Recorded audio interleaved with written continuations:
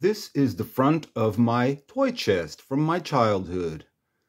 This is what I showed you in my last video, which I actually have with me and forgot to show.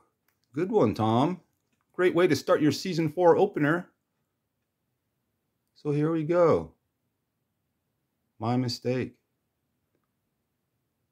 And on with the show. Okay, so let's open up the book here. Okay, here we go. Oh, here we go. Chapter 23, my first day of high school. Oh, perfect. For school in session. It was September 1978, and I was excited about my classes I picked out, photography and ceramics. I dabbled in both as a little kid. Now I'm going to learn how to use a pro camera and a potter's wheel. Got pretty good at both. Sold my pottery and photos all through high school.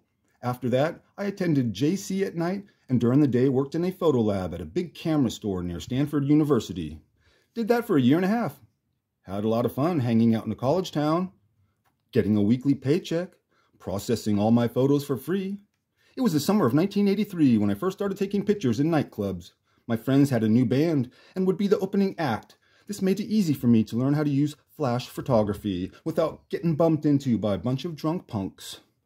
For a few years, I was taking pictures of everything, from weddings to big concerts, but not making any real money.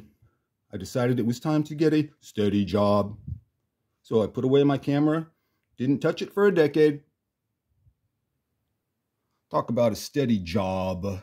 This guy managed nearly 4,000 Major League Baseball games for a quarter century, winning almost half of those games. That's a pretty steady job.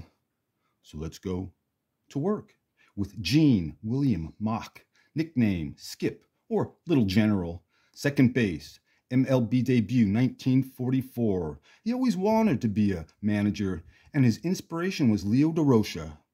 Gene Mauch was signed by Brooklyn Dodgers Branch Rickey in 1943, who had a feeling that this 17-year-old would someday be a big league skipper. So it's 1944 and Leo Durocher is attempting a comeback with the Dodgers when in an exhibition game, somehow Leo's thumb was broken by a bad throw from Gene. Instead of being mad at him, Leo bought the rookie a brand new top coat. Nice, Leo. Like most young men of that era, Gene served in the military. He was in the Army Air Corps and was learning to fly planes when the war ended, and he was discharged.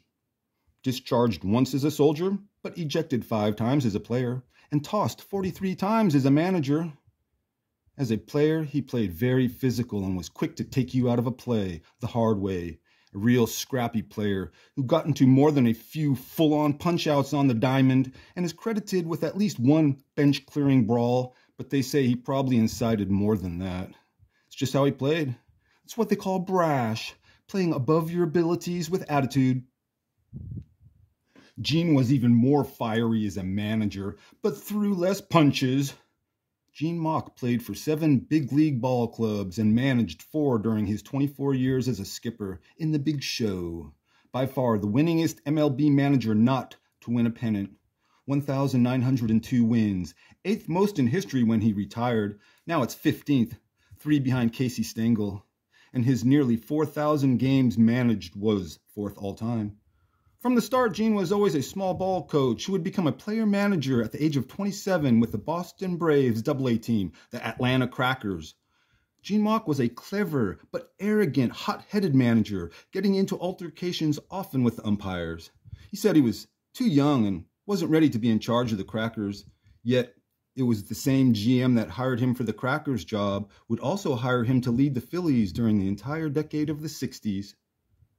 His later playing days were spent playing with the Chicago Cubs' top minor league team, the LA Angels, and he helped them win the 1956 Pacific Coast League Championship, a team that is considered one of the best minor league teams in history. Of course, that's up for debate.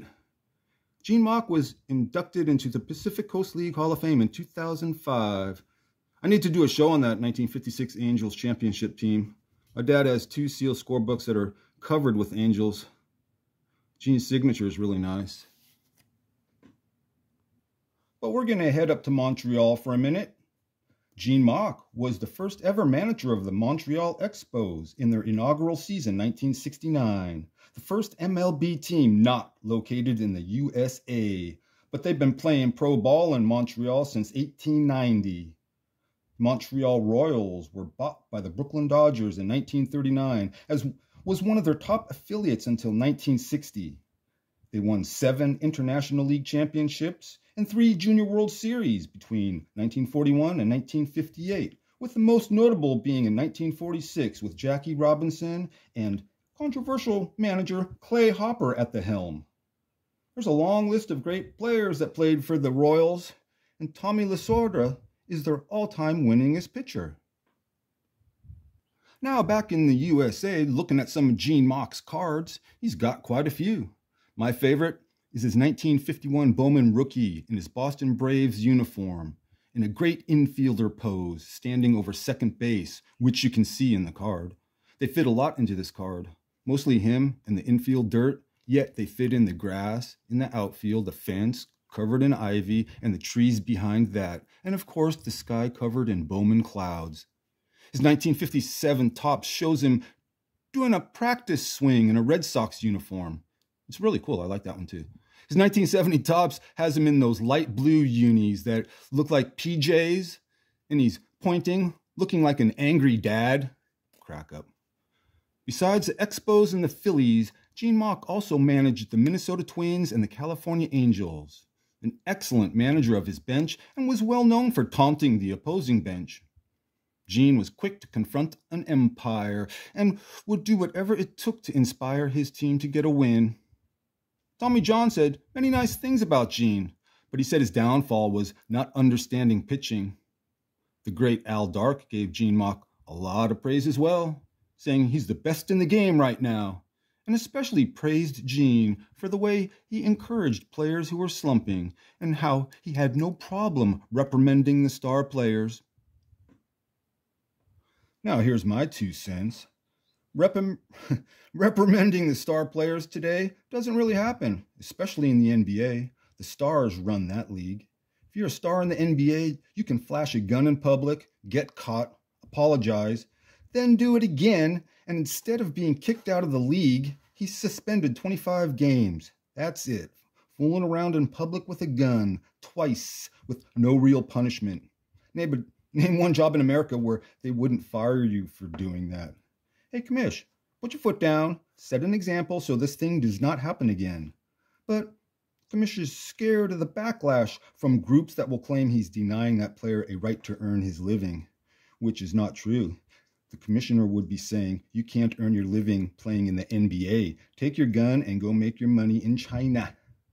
Tell you what, makes it hard to be a parent, or in many cases, the grandparent, when you're doing your best to raise a kid right, and the kid's favorite player is a gun-toting complete moron. Bottom line, doesn't matter who you are, a team, a league, or a family member. If you accept it, you condone it. Yeah, funny, I talk about flash photography, but my favorite photo is one that's not using a flash.